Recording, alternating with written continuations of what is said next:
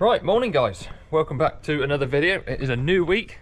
Feeling a lot more upbeat than I was the last couple of times you saw me, because our cat returned this morning. Chris, our neighbour, was ringing the doorbell at 5:20, which usually would be frowned upon, but he had the cat with him that turned up at his back door, so yeah, very grateful that the cat is home. This morning, I'm in work a bit early. It's about 7:15. We got a lorry coming at 7 o'clock for a load of oats. I'm going to open the grain store, put the bucket on the Manitou.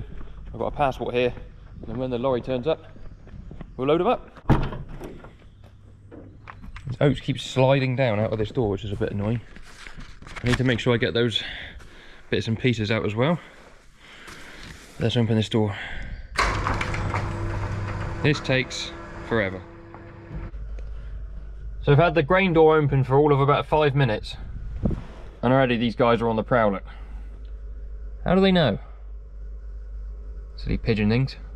But anyway, yeah, we got the bucket on the Manitou. It's all nice and clean and dry, so that's good for loading out the oats. Here they are, looking very, very good. They've stored really well. They're dry when we cut them, so all hunky-dory. There's about 5 Arctic loads in here. There's about, well, there's just over. There's 154 tonne. You can get about 29 on a lorry, so there'll be 5 loads, a trailer full to go somewhere, and then it'll be empty again. Have to wait till next year. Right, load of oats just gone. Big hole here now in the shed. We've got another load going later on. We have to try and get some of that out of the way before we can open that door as well. Really nice Volvo lorry from Dave Pollard's come in. I'll put a picture of it up on the screen now so you guys can see. It's also on my Instagram. So I'm going to shut this door down, and then I will go off and roll down some ground that John worked up for the weekend. Right, so today I wanted to go off ripping up the ground with the cultivator we got borrowed. We're actually going to spread some dung on that today, so Phil's gone off to do that. So I'm going to take these rolls back out and roll down the stuff that John cultivated last week. So there's only one big field left to do. Then hopefully tomorrow, once Phil's got a head start on the dung, we can go and start ripping up the ground he spread on. That's all plumbed in, ready to go. Go and give these things a whirl. I might just stick a bit of grease in them before I use them, because I never greased them last time. Right, we're rolling. It's not rolling down quite as well as the stuff we done last week, just because it's been left over the weekend and it's been dry. It's gone a bit hard, but it's doing all right. It's doing a job. What's the time now? So it's 10 o'clock. 20 minutes or so. We got another lorry coming, so I better go back and load that one. To do a couple more runs up the field, and then yeah, back onto loading lorries. Dog is absolutely flat out. You know, I don't know how that's comfortable with his head on that bar, but that's where he sits. Here, Def. Hey. And yeah, after doing this job today and loading the lorry, I don't really know what else is on, so we'll find out as we go. Hey, that's pretty cool. So we're now recording on here. I can see it on my phone. Just leaving the field with a roll. So what I'm going to do is I'm going to put the GoPro on the magnet on the bucket, so when the next lorry is loaded, I can see, because I didn't load Scott's lorry very well. It is difficult with oats because they're so light and bulky. They take up a lot of real estate in the lorry trailer. He had to shunt a couple of times and it was fine, they all went in, but I just didn't want to hit the bar in the middle of his trailer, because that would have been a bad day.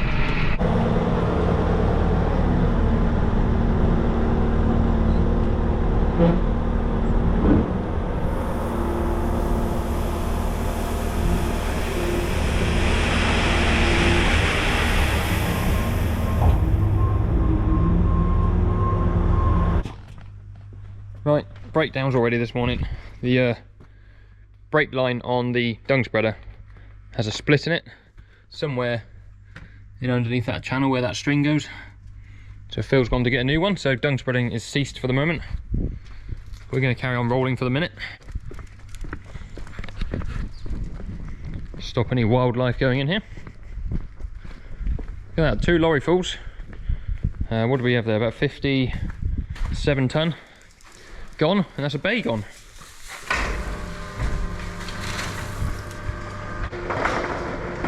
Oh, well done, Doug. You won't fit under there now, will you?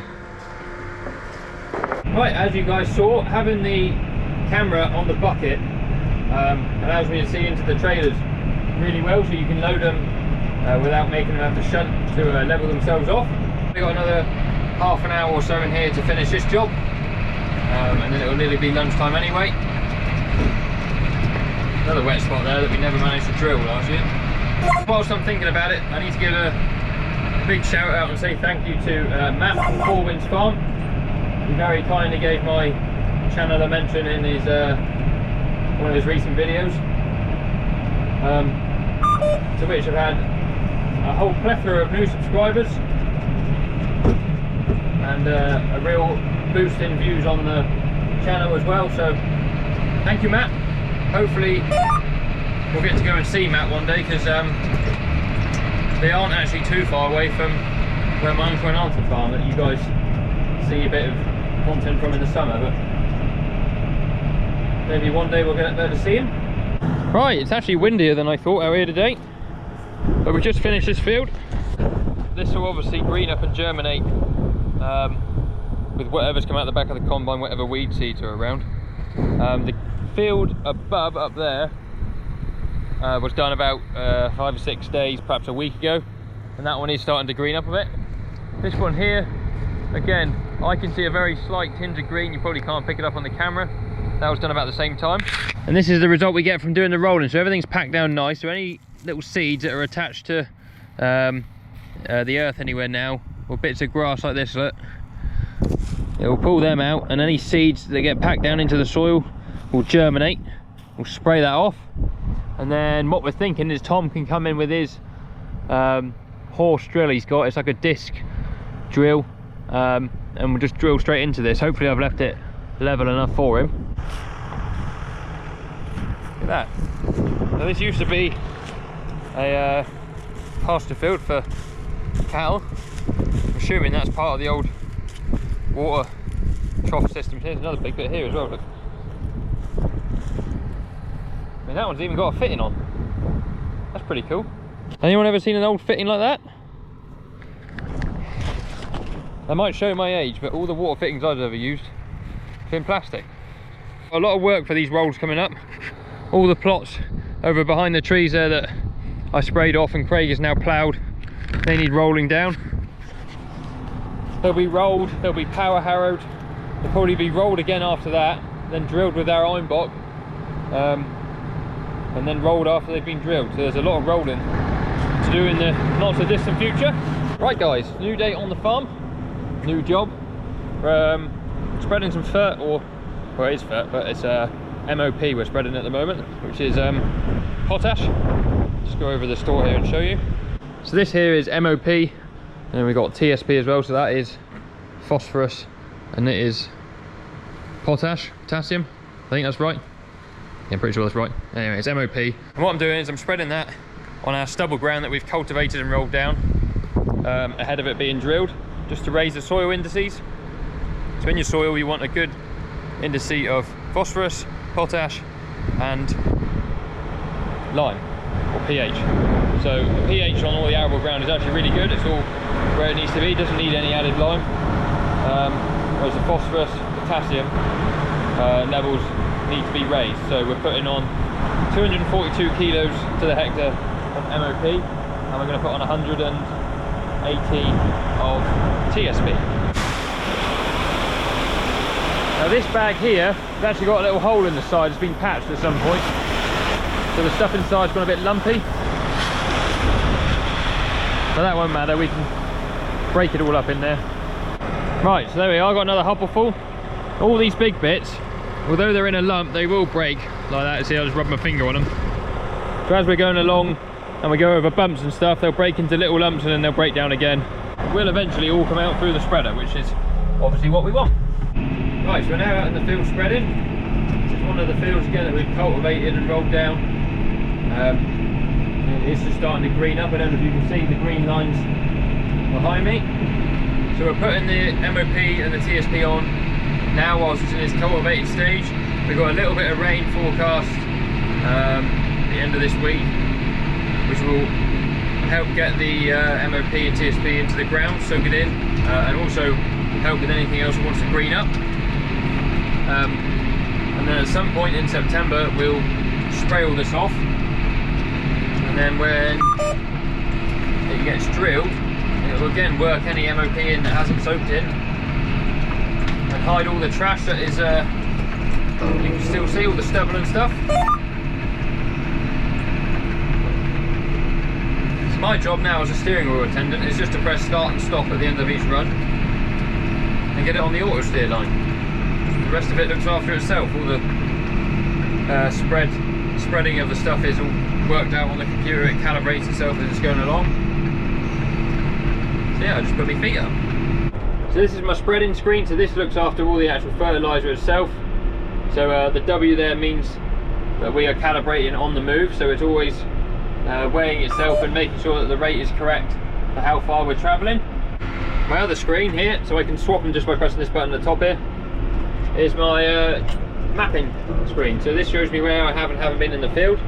The white line up the middle is the line that we're following, so that's where there will be a tram line in this field. It's obviously a little bit bumpy at the moment because it's been cultivated on an angle to where we're going. So yeah, the tractor just does it all itself. I sit here and make sure I turn around at the end, and then Gus just sleeps down there and looks cute. You Gus. All this arable ground today will get somewhere in the region of £7,000 or £8,000 worth of fertiliser, which is a bit scary when you think about it. It makes it sound like an awful lot, doesn't it, when I say we're spreading about £7,000 or £8,000 worth of fertiliser. Ordinarily, these fields, if they weren't in a science project, which they are, we have an abundance of FYM, livestock manure, that we could spread on them. And manure, or FYM, has a fair amount of P and K and also a little bit of nitrogen in it. But because these fields are part of the research that goes on here, they're in the farm platform, the project they're a part of means that they don't have any livestock manure put back onto them. So these fields are farmed in a sense where we don't have livestock, and livestock aren't in the picture, so only artificial fertilizers are going on here. The crops that we're growing are grown aimed at a human food consumption, i.e. milling spec, wheat, oats and whatever. And yeah, I mean, what we really should be doing is chopping the straw and putting that back in as well, but because we have so many livestock here for various other projects and also the commercial aspect of it, it seems absolutely ridiculous to chop this straw and then have to buy straw in from somewhere else. So the only thing we don't do is chop the straw. But other than that, so that yeah, there's no slurry, there's no muck that goes on these fields for this 5-year period initially anyway. It'll be interesting to see what happens after this first run of the project is over, what happens to it, whether it stays in arable or goes to something else. But that's where we are at the moment. That's why we're spreading so much artificial P and K. So just finished spreading MOP, so we're going to move on to TSP. So we've done the potassium, we're going to do the phosphorus. So this here is the TSP. It is 46% P2O5, which is phosphorus. So that means that out of that bag, or in 100 kilos, 46% of it is phosphorus and the other is made up of a carrier. I'm not entirely sure what the carrier is, but that's what that means. You can see we've got some old bags here, same with the K, with the old origin bags, and then we've got these new ones. So I'm trying to use up the old ones first. So I think that's fine. We'll just put some loops up in the air so we can get to them easy. So with our spreader, depending on what fertilizer you're spreading, you sometimes have to change the vanes on the bottom. So I've just done that. We have what's called an E6 and an E2 vane. I've taken the E6s off that you spread nitram and MOP with, and I've put on the E2, so that is those ones. It's just a very slightly different configuration on the end. So obviously depending on the size and weight of what you're spreading, it has a different pattern through the air. So that's why we've done that. We'll get some TSP, chuck it in.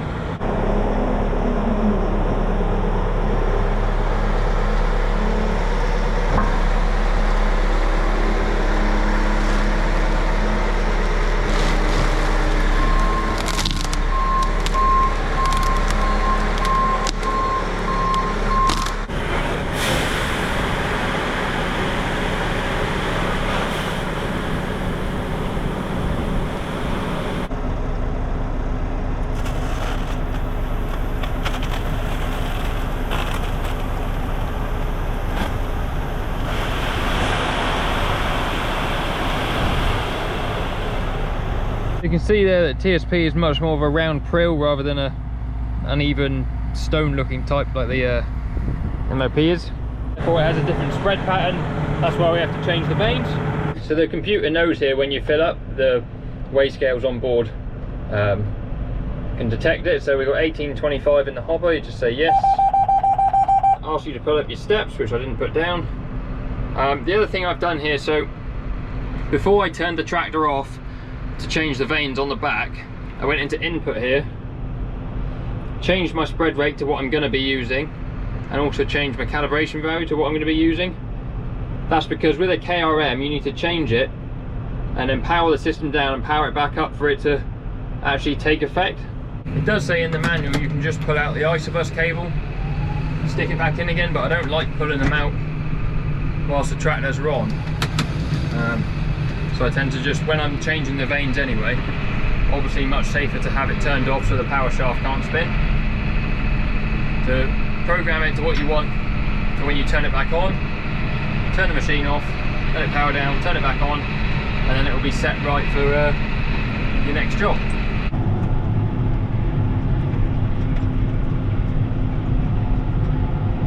Horribly dusty, this stuff. You see the tram line where we were driving up earlier? So we haven't got RTK. It's possibly something we might get in the future, but always try and drive in the same place on these fields. So the tram line is obviously 24 metres off the hedge, depending on what hedge you start on. And then once you've driven it once, you can see it and you can just zero your track line to it each time. All this technology is fantastic when it's all working. It really is good help.